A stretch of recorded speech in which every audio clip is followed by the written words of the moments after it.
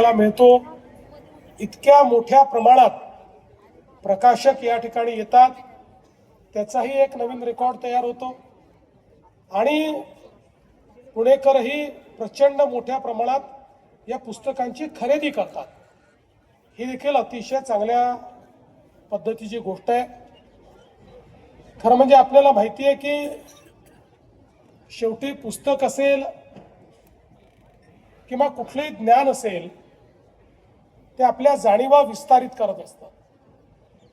आपला प्रवास हा प्रगल्भतेकडे होत असताना विचार आणि ज्ञान हे दोन्ही जर सकारात्मक पद्धतीने आपल्याला मिळालं तर ती प्रगल्भता एका वेगळ्या उंचीवर जाते।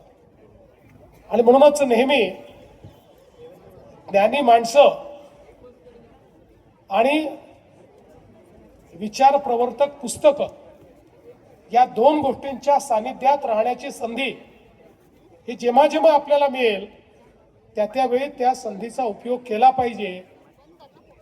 कारण पुस्तकं असतील किंवा सर्व प्रकारचं ज्ञान असेल हे संपादित केल्यामुळे आपल्या व्यक्तिमत्वावर त्याचा एक सकारात्मक परिणाम होतो आणि त्यातूनच आपलं व्यक्तिमत्व हे चांगल्या पद्धतीने घडत असतं। मला असं वाटतं की आज आता हा जो या ठिकाणी पुणे पुस्तक महोत्सवाचा विस्तार झालेला आहे, मला याही गोष्टीचा आनंद आहे की हा विस्तार पाहता आम्ही विनंती केली आणि नॅशनल बुक ट्रस्ट आणि राजेशजी पांडे यांनी अशाच प्रकारचं पुस्तक महोत्सव हा नागपूरला देखील घेतला, त्यालाही प्रचंड प्रतिसाद मिळाला आणि आता फेब्रुवारीमध्ये गोव्यामध्ये देखील अशाच प्रकारचा महोत्सव होतोय आणि मला विश्वास आहे की त्याही ठिकाणी त्याला प्रचंड प्रतिसाद मिळेल। आणि विशेषतः आपली जी मराठी माणसं आहेत ही नेहमीच पुस्तकांच्या बाबतीत एक प्रकारे वेडीच आहेत, त्यामुळे साहित्य निर्मिती करता महाराष्ट्र हे नेहमी नंदनवन राहिलंय।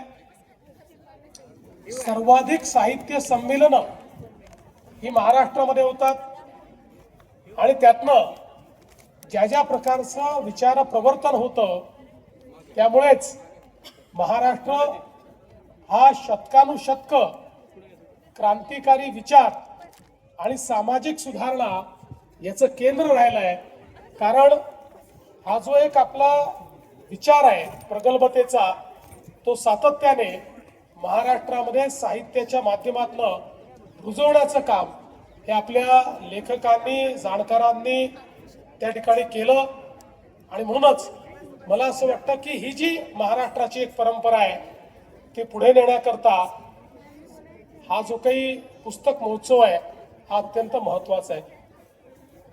आणि आज पुस्तक महोत्सवामध्ये पुस्तक महोत्सव आयोजित करण्यात ज्यांचा मोठा सहभाग आहे, त्या महोत्सवाचं विक्रमामध्ये रूपांतर करण्यात ज्यांचा मोठा सहभाग आहे, असे विक्रमादित्य राजेश पांडे यांच्याही पुस्तकाचं आज आपण प्रकाशन केलंय। मी विक्रमादित्य याकरता म्हणतो की कदाचित जर गिनीसच्या लोकांनी असा एखादा विचार केला की सर्वात जास्त विक्रम करणारा कोण किंवा सर्वात जास्त विक्रमांमध्ये सहभागी होणारा कोण, तर त्याचं एक गिनीस रेकॉर्ड राजेश पांडेंचा होईल। अशा पद्धतीनं 15 रेकॉर्ड करायचे आणि प्रत्येक रेकॉर्ड हा अतिशय वेगवेगळ्या पद्धतीचा त्यांनी त्या ठिकाणी केला। त्यातल्या बहुतांश रेकॉर्डच्या वेळी मला उपस्थित होता आलं।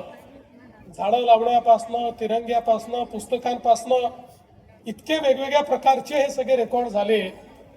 आणि मी एक गोष्ट सांगतो, आपले प्रधानमंत्री नेहमी सांगतात की भारताजवळ स्किल आहे आणि स्केल आहे। आता हे स्केल काय आहे तर आपली लोकसंख्या आहे। अनेक वेळा आपल्याला वाटतं आपली लोकसंख्या आपली लायबिलिटी आहे, ती लायबिलिटी नाही आहे। जेव्हा ही लोकसंख्या एका सकारात्मक कार्याला लागते त्यावेळी जगाच्या पाठीवर ती आपलं नाव करते. आतापर्यंतचे मॅक्सिमम रेकॉर्ड जे आपण तोडले ते चीनचे तोडले. चीन हे रेकॉर्ड का करू शकला?